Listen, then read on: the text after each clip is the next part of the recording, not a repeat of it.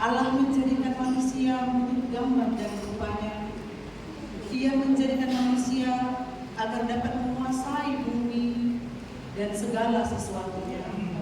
Marilah kita dengarkan peraturan Alkitab tentang penciptaan manusia. Kita dengarkan introduksi kedua, penciptaan manusia. Kejadian 1 ayat 26 sampai dengan ayat yang ke-27. Berfirmanlah Allah, baiklah kita menjadikan manusia menurut gambar dan rupa kita, supaya mereka berkuasa atas ikan-ikan di laut dan burung-burung di udara, dan atas ternak dan atas seluruh bumi, dan atas segala binatang langka yang merayap di bumi. Maka Allah menciptakan manusia itu menurut gambarnya, menurut gambar Allah diciptakannya dia, laki-laki dan perempuan diciptakannya mereka. Kejadian 1 ayat 28 sampai 29.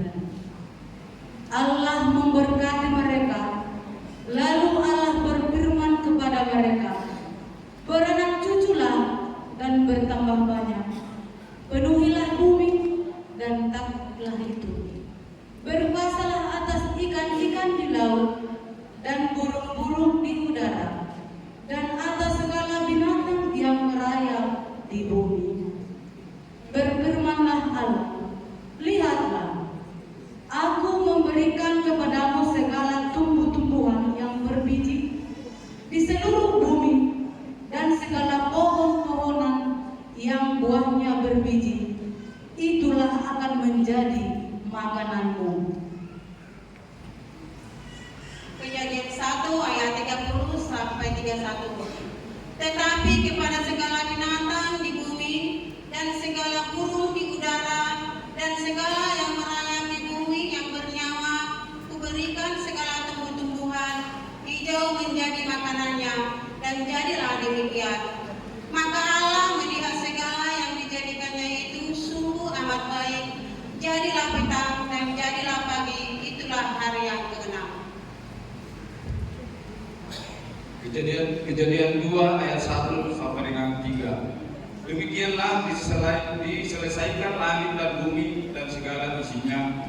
Ketika Allah pada hari ke-7 telah menyelesaikan pekerjaannya yang dibuatnya itu, berhentilah ia pada hari ke-7 dari segala pekerjaan yang telah dibuatnya itu.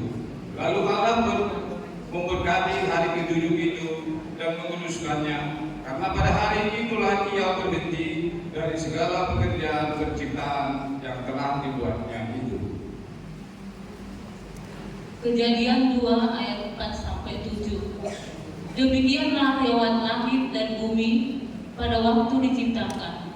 Ketika Tuhan Allah menjadikan bumi dan langit, belum ada semak apapun di bumi, belum timbul tumbuh-tumbuhan apapun di padang, sebab Tuhan Allah belum menurunkan hujan ke bumi, dan belum ada orang untuk mengusahakan tanah itu. Tetapi ada kabut naik ke atas dari bumi dan membasahi seluruh permukaan bumi itu. Ketika itulah Tuhan Allah membentuk manusia itu dari debu tanah dan mengembuskan napas hidup ke dalam hidungnya. Demikianlah manusia itu menjadi makhluk yang hidup. Kejadian 2 ayat 15 sampai dengan 17. Tuhan Allah mengambil manusia itu dan menempatkannya dalam Taman Eden untuk mengusahakan dan memelihara taman itu. Lalu Tuhan Allah memberi perintah ini kepada manusia. Semua pohon dalam taman ini boleh kau makan buahnya dengan bebas, tetapi pohon pengetahuan tentang yang baik dan yang jahat itu janganlah kau makan buahnya, sebab pada hari engkau memakannya pastilah engkau mati. Kejadian 2 ayat 18 sampai dengan 20. Tuhan Allah berfirman, tidak baik kalau manusia itu seorang diri saja. Aku akan menjadikan penolong baginya yang sepadan dengan dia. Lalu Tuhan Allah membentuk dari tanah segala binatang hutan dan segala burung di udara. Dibawanya lah semuanya kepada manusia itu untuk melihat bagaimana ia menamainya. Dan seperti nama yang diberikan manusia itu kepada tiap-tiap makhluk yang hidup, demikianlah nanti nama makhluk itu. Manusia itu memberi nama kepada segala ternak, kepada burung-burung di udara, dan kepada segala binatang hutan. Tetapi baginya sendiri dia tidak menjumpai penolong yang sepadan dengan dia.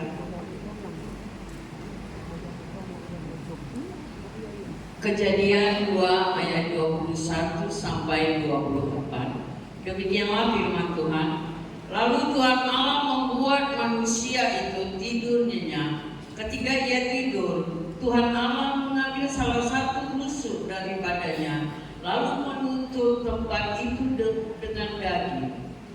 Dan dari rusuk yang diambil Tuhan Allah dari manusia itu, dibangunkannya seorang perempuan, lalu dibawanya kepada manusia itu.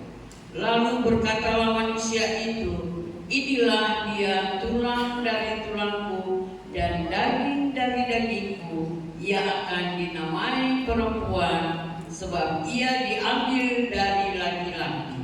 Sebab itu seorang laki-laki akan meninggalkan ayahnya dan ibunya dan bersatu dengan istrinya, sehingga keduanya menjadi satu daging.